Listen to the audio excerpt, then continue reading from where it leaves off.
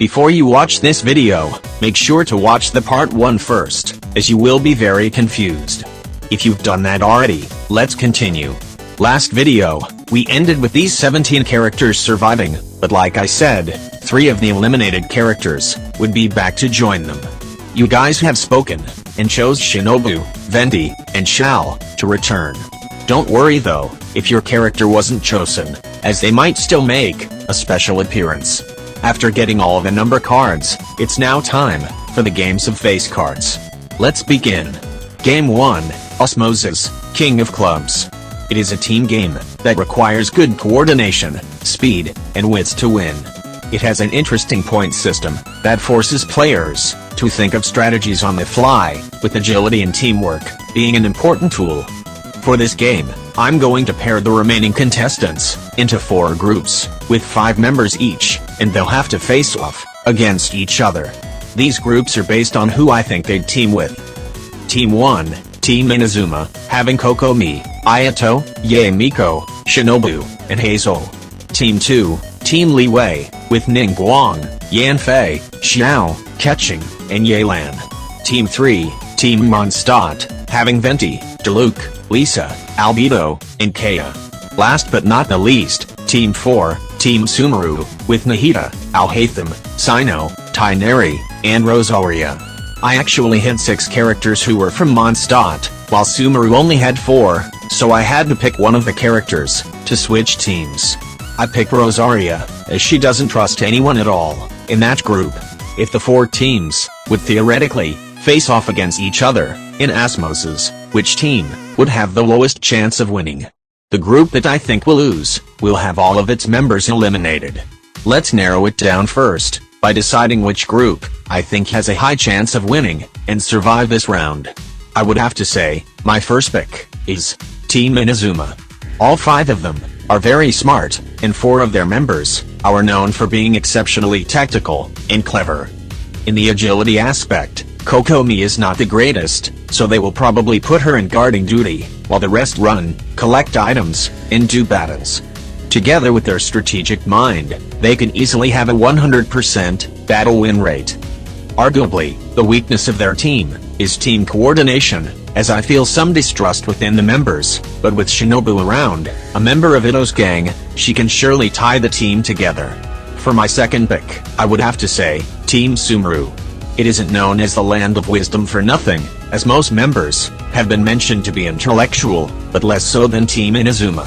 Nahida, being the weakest and slowest, would probably be on guard duty, but she would still pull her weight, constantly coming up with good strategies. It's an all-around good team, so I think they'd win, but the chances of it are lower than Inazuma's. And for the last team that I think would survive, let's put them in an actual match. Thanks to Venti being very fast, their team managed to find almost all of the items, barely beating out Xiao from the other team. His carefree attitude was also unexpected by Team Li Wei, throwing them off. The members of both teams proved to be pretty equal in wits, as the battles don't have a big point differential. Team Mondstadt, being ahead by a little bit, now just needs to stall. As the game was about to finish, Venti chose to battle Xiao, out of respect, after Xiao wanted a handshake to thank him for saving his life from karmic debt. Venti thought he would win the battle, but the whole thing was a trick, as Xiao actually had more points, thanks to Yelan's strategy, and he won. In the end, Team Li Wei barely had more points, and Team Mondstadt gets eliminated. Game 2, Solitary Confinement, Jack of Hearts. In this game, you have to correctly state the symbol on your necklace. Their symbol changes after every round. The players can't see it themselves, so it requires trusting someone else. Among the contestants, one of them will be the Jack of Hearts. To beat the game, they have to eliminate the Jack of Hearts, whose goal is to get rid of everyone. They can't eliminate the Jack with violence, so they have to lie to them. This game requires trust, observation, and judgment. As for the Jack of the game, the player I chose is Kazuha. Pretend they don't know him in this scenario. Him easily identifying people's intentions, weaknesses, and just seeming like a quiet, nice, introverted man. I thought he's perfect for the job. For how I think the players will perform, some are really good at managing who to trust, as their livelihood depends on it. Some can judge others equally, ignoring any bias they might have, while some are very observant, noticing that some players have a pattern in their habits. That being said, I think the people eliminated are no one.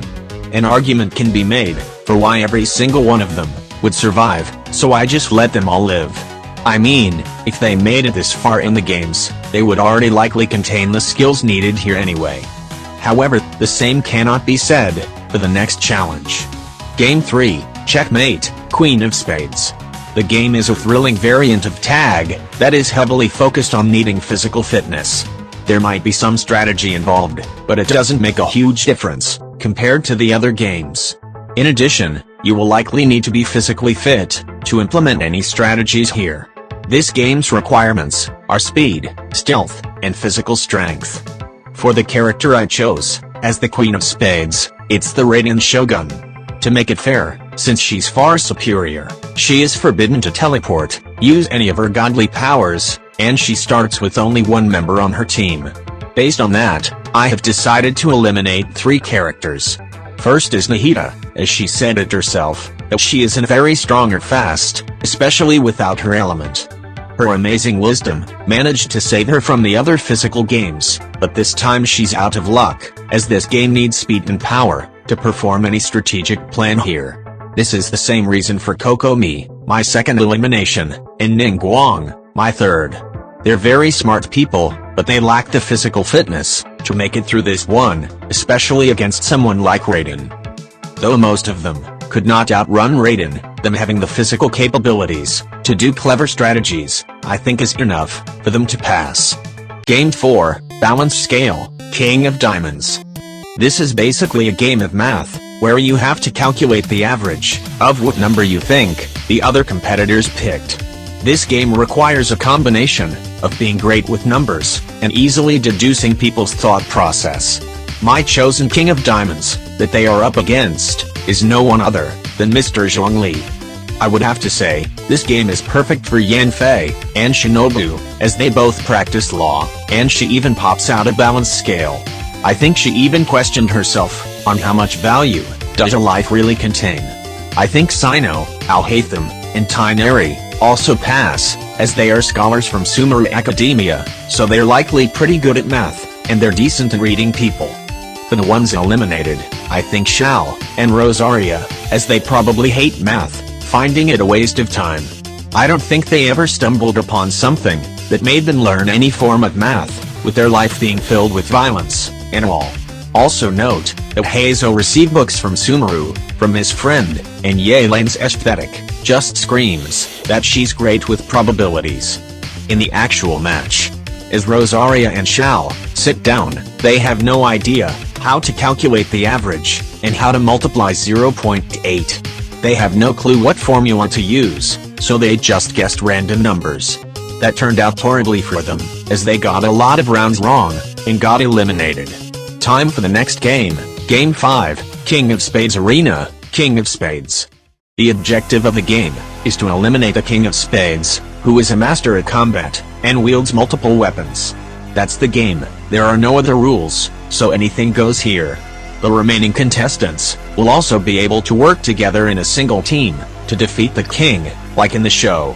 For my chosen King of Spades that they have to fight, it's of course, Child.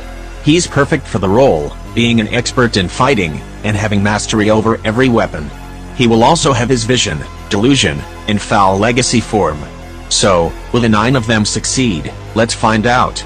Heizo separates from the group to get some explosives, thinking that's the only way to beat him, while the other 9 attack and distract Child.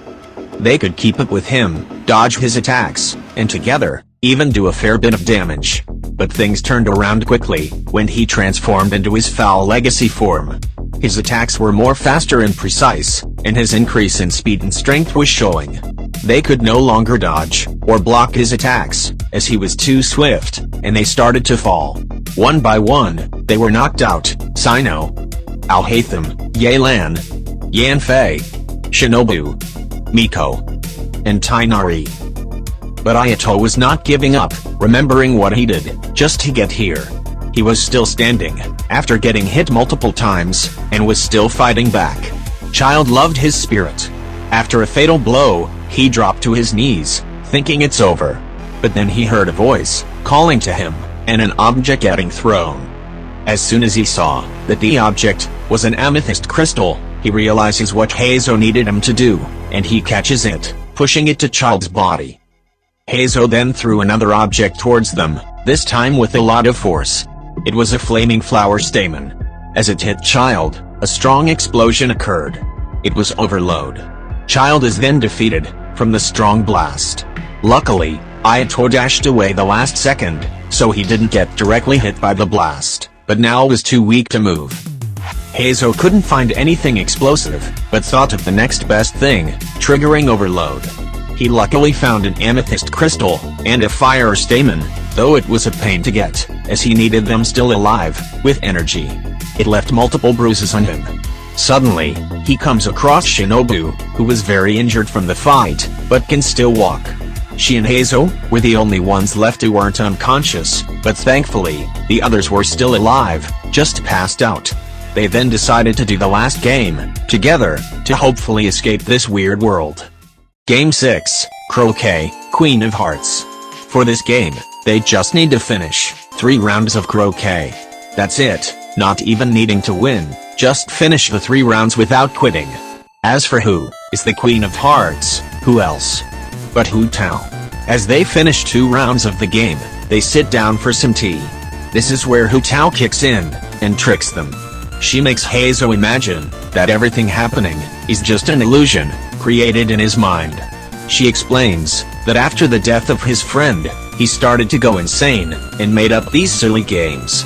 Everything was just an illusion, nothing was real. To make it all stop, the queen tells him to give up, forfeit, and he will be relieved of all of his pain.